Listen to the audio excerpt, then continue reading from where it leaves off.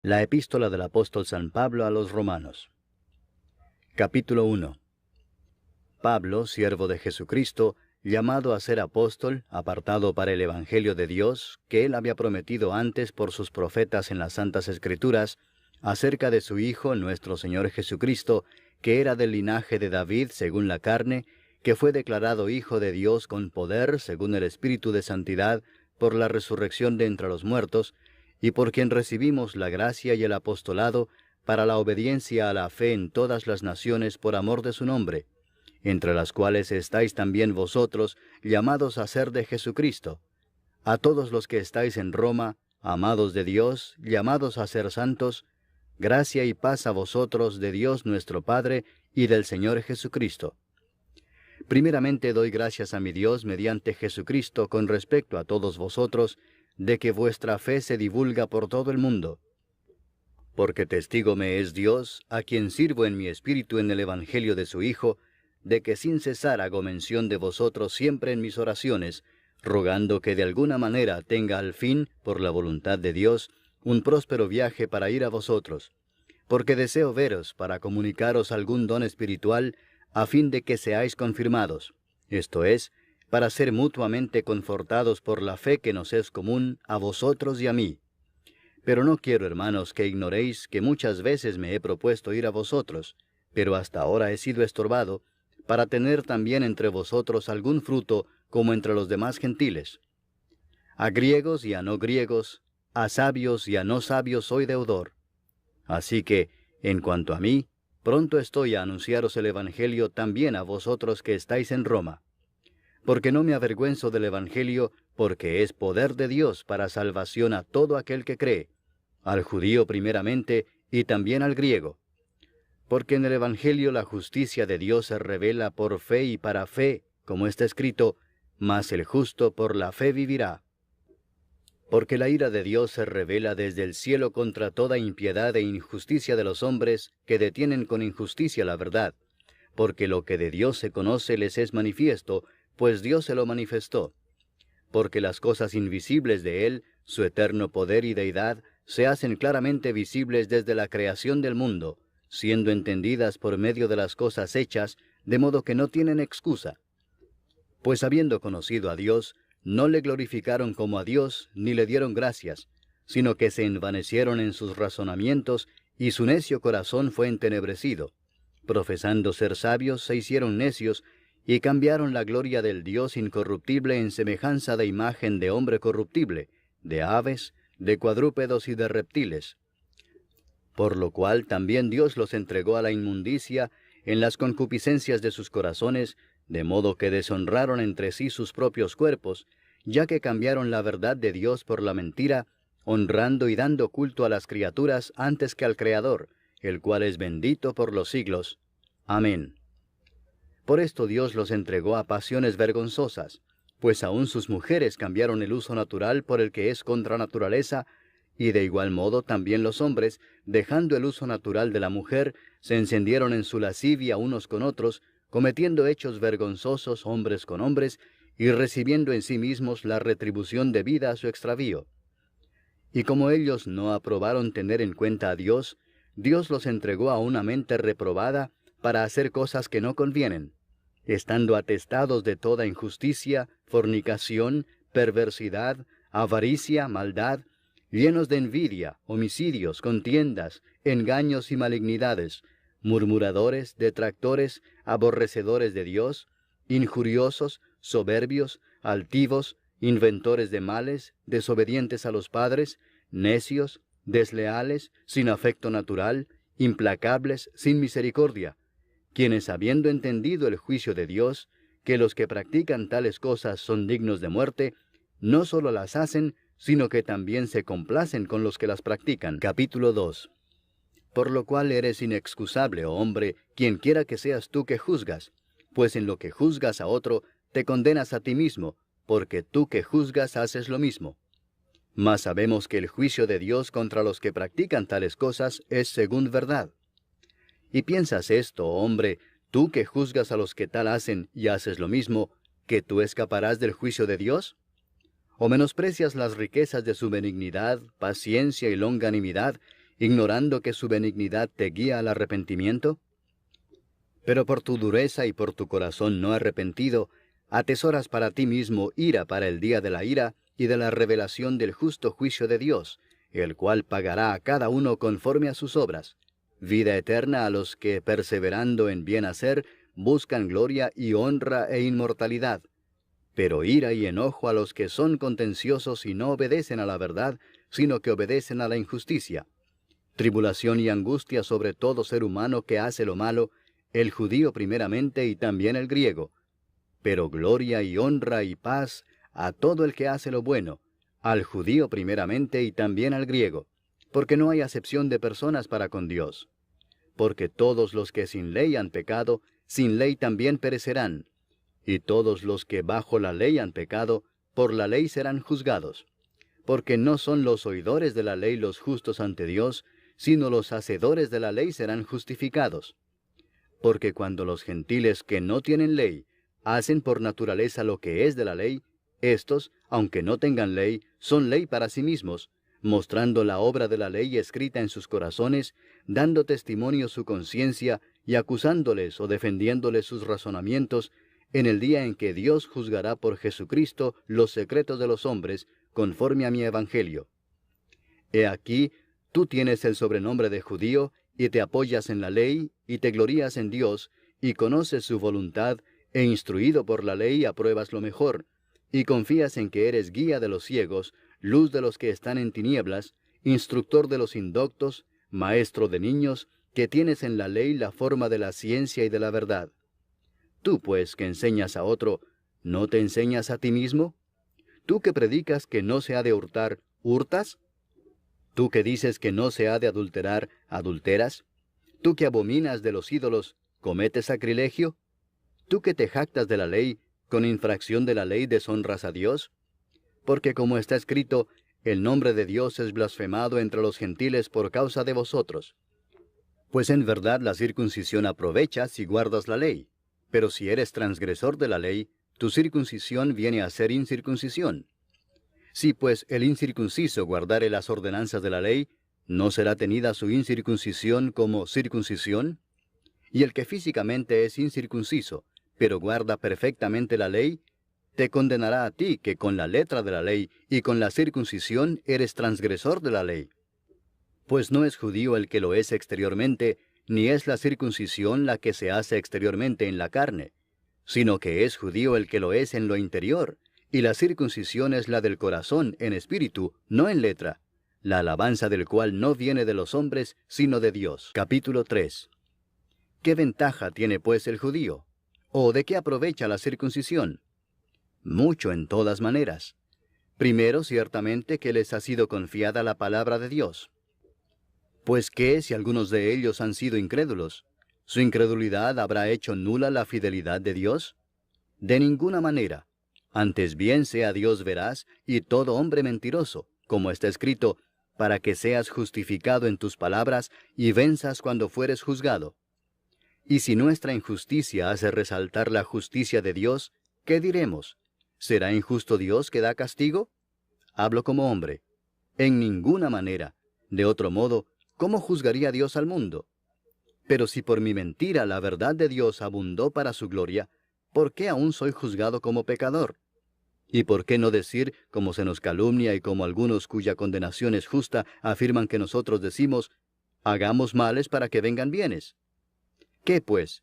¿Somos nosotros mejores que ellos? En ninguna manera, pues ya hemos acusado a judíos y a gentiles que todos están bajo pecado. Como está escrito, no hay justo ni aun uno, no hay quien entienda, no hay quien busque a Dios. Todos se desviaron, a una se hicieron inútiles. No hay quien haga lo bueno, no hay ni siquiera uno. Sepulcro abierto es su garganta, con su lengua engañan. Veneno de áspides hay debajo de sus labios, su boca está llena de maldición y de amargura. Sus pies se apresuran para derramar sangre, quebranto y desventura hay en sus caminos, y no conocieron camino de paz. No hay temor de Dios delante de sus ojos. Pero sabemos que todo lo que la ley dice, lo dice a los que están bajo la ley, para que toda boca se cierre y todo el mundo quede bajo el juicio de Dios. ya que por las obras de la ley ningún ser humano será justificado delante de él, porque por medio de la ley es el conocimiento del pecado. Pero ahora, aparte de la ley, se ha manifestado la justicia de Dios, testificada por la ley y por los profetas, la justicia de Dios por medio de la fe en Jesucristo, para todos los que creen en Él, porque no hay diferencia, por cuanto todos pecaron y están destituidos de la gloria de Dios, siendo justificados gratuitamente por su gracia, mediante la redención que es en Cristo Jesús, a quien Dios puso como propiciación por medio de la fe en su sangre, para manifestar su justicia, a causa de haber pasado por alto en su paciencia los pecados pasados, con la mira de manifestar en este tiempo su justicia, a fin de que Él sea el justo y el que justifica al que es de la fe de Jesús. ¿Dónde pues está la jactancia? Queda excluida. ¿Por cuál ley? ¿Por la de las obras? No, sino por la ley de la fe. Concluimos pues que el hombre es justificado por fe sin las obras de la ley. ¿Es Dios solamente Dios de los judíos? ¿No es también Dios de los gentiles? Ciertamente también de los gentiles, porque Dios es uno, y Él justificará por la fe a los de la circuncisión, y por medio de la fe a los de la incircuncisión. Luego, ¿por la fe invalidamos la ley? En ninguna manera, sino que confirmamos la ley. Capítulo 4. ¿Qué pues diremos que halló Abraham nuestro padre según la carne? Porque si Abraham fue justificado por las obras, tiene de qué gloriarse, pero no para con Dios. Porque, ¿qué dice la Escritura? Creyó Abraham a Dios, y le fue contado por justicia. Pero al que obra, no se le cuenta el salario como gracia, sino como deuda. Mas al que no obra, sino cree en aquel que justifica al impío, su fe le es contada por justicia. Como también David habla de la bienaventuranza del hombre a quien Dios atribuye justicia sin obras, diciendo, «Bienaventurados aquellos cuyas iniquidades son perdonadas, y cuyos pecados son cubiertos. Bienaventurado el varón a quien el Señor no inculpa de pecado». ¿Es pues esta bienaventuranza solamente para los de la circuncisión, o también para los de la incircuncisión? Porque decimos que a Abraham le fue contada la fe por justicia. ¿Cómo pues le fue contada? ¿Estando en la circuncisión o en la incircuncisión? No en la circuncisión, sino en la incircuncisión. Y recibió la circuncisión como señal, como sello de la justicia de la fe que tuvo estando aún incircunciso, para que fuese padre de todos los creyentes no circuncidados, a fin de que también a ellos la fe les sea contada por justicia, y padre de la circuncisión, para los que no solamente son de la circuncisión, sino que también siguen las pisadas de la fe que tuvo nuestro padre Abraham antes de ser circuncidado. Porque no por la ley fue dada a Abraham o a su descendencia la promesa de que sería heredero del mundo, sino por la justicia de la fe. Porque si los que son de la ley son los herederos, vana resulta la fe y anulada la promesa. Pues la ley produce ira, pero donde no hay ley, tampoco hay transgresión. Por tanto es por fe, para que sea por gracia, a fin de que la promesa sea firme para toda su descendencia, no solamente para la que es de la ley, sino también para la que es de la fe de Abraham, el cual es padre de todos nosotros, como está escrito, «Te he puesto por padre de muchas gentes», delante de Dios, a quien creyó, el cual da vida a los muertos y llama las cosas que no son como si fuesen. Él creyó en esperanza contra esperanza, para llegar a ser padre de muchas gentes, conforme a lo que se le había dicho, «Así será tu descendencia». Y no se debilitó en la fe al considerar su cuerpo, que estaba ya como muerto, siendo de casi 100 años, o la esterilidad de la matriz de Sara.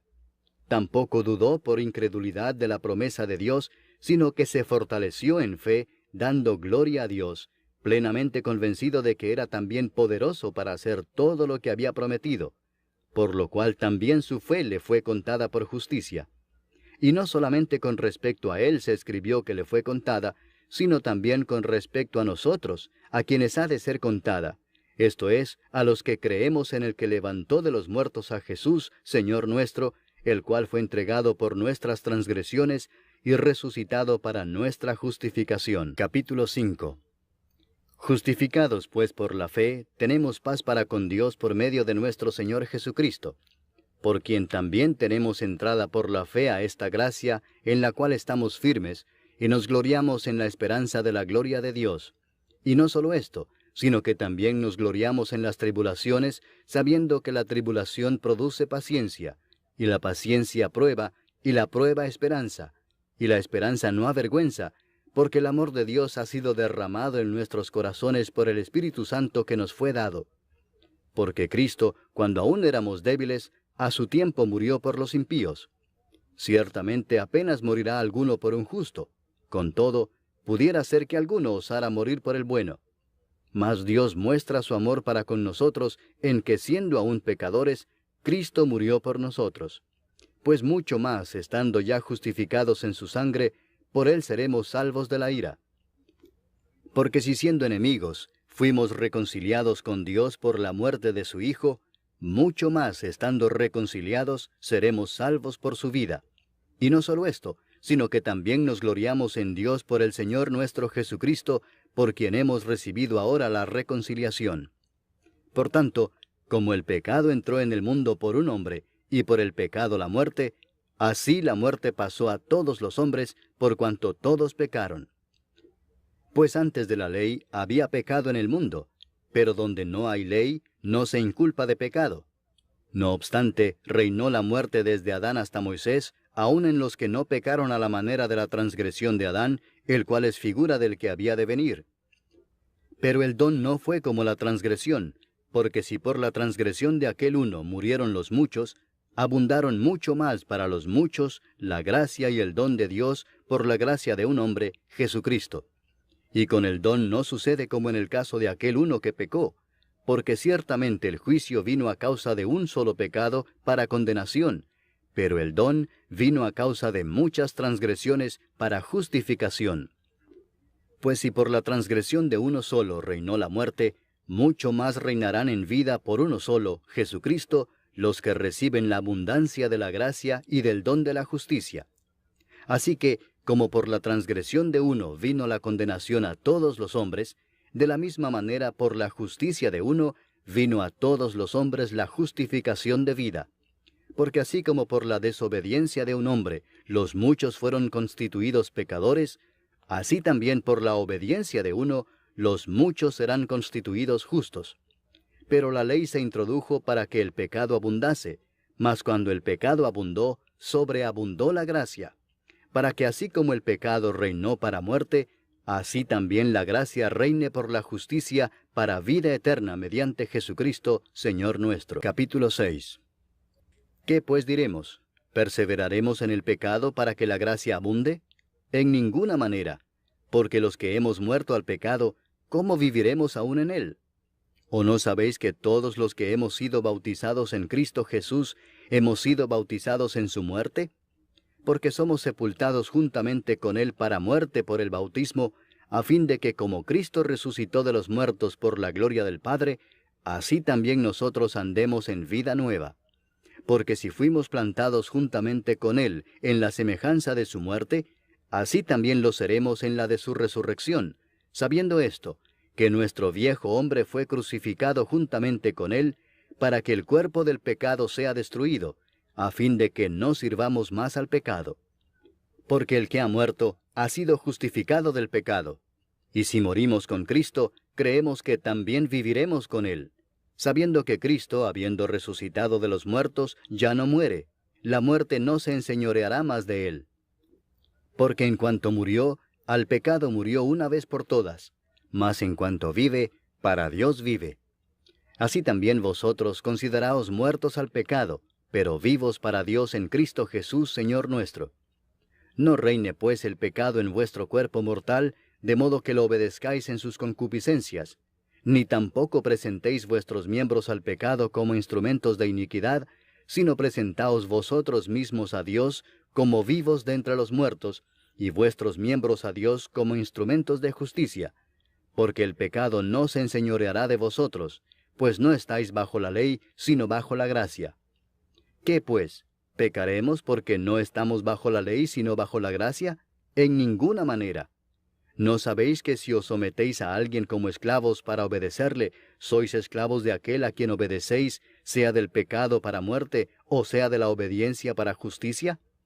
Pero gracias a Dios, que aunque erais esclavos del pecado, habéis obedecido de corazón a aquella forma de doctrina a la cual fuisteis entregados, y libertados del pecado, vinisteis a ser siervos de la justicia. Hablo como humano, por vuestra humana debilidad, que así como para iniquidad presentasteis vuestros miembros para servir a la inmundicia y a la iniquidad, así ahora para santificación presentad vuestros miembros para servir a la justicia. Porque cuando erais esclavos del pecado, erais libres acerca de la justicia. Pero ¿qué fruto teníais de aquellas cosas de las cuales ahora os avergonzáis? Porque el fin de ellas es muerte. Mas ahora que habéis sido libertados del pecado y hechos siervos de Dios, tenéis por vuestro fruto la santificación y como fin la vida eterna. Porque la paga del pecado es muerte, mas la dádiva de Dios es vida eterna en Cristo Jesús Señor nuestro. Capítulo 7. ¿Acaso ignoráis, hermanos, pues hablo con los que conocen la ley, que la ley se enseñorea del hombre entre tanto que éste vive? Porque la mujer casada está sujeta por la ley al marido mientras éste vive, pero si el marido muere, ella queda libre de la ley del marido. Así que, si en vida del marido se uniere a otro varón, será llamada adúltera, pero si su marido muriere, es libre de esa ley, de tal manera que si se uniere a otro marido, no será adúltera. Así también vosotros, hermanos míos, habéis muerto a la ley mediante el cuerpo de Cristo, para que seáis de otro, del que resucitó de los muertos, a fin de que llevemos fruto para Dios.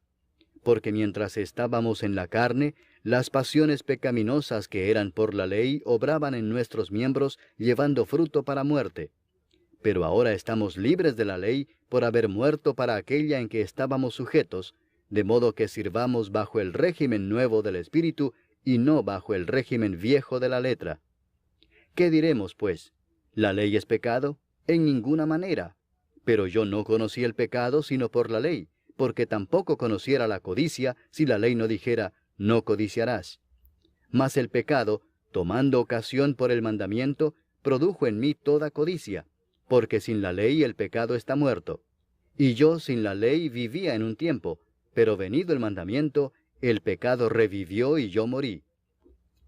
Y hallé que el mismo mandamiento que era para vida, a mí me resultó para muerte, porque el pecado, tomando ocasión por el mandamiento, me engañó y por él me mató.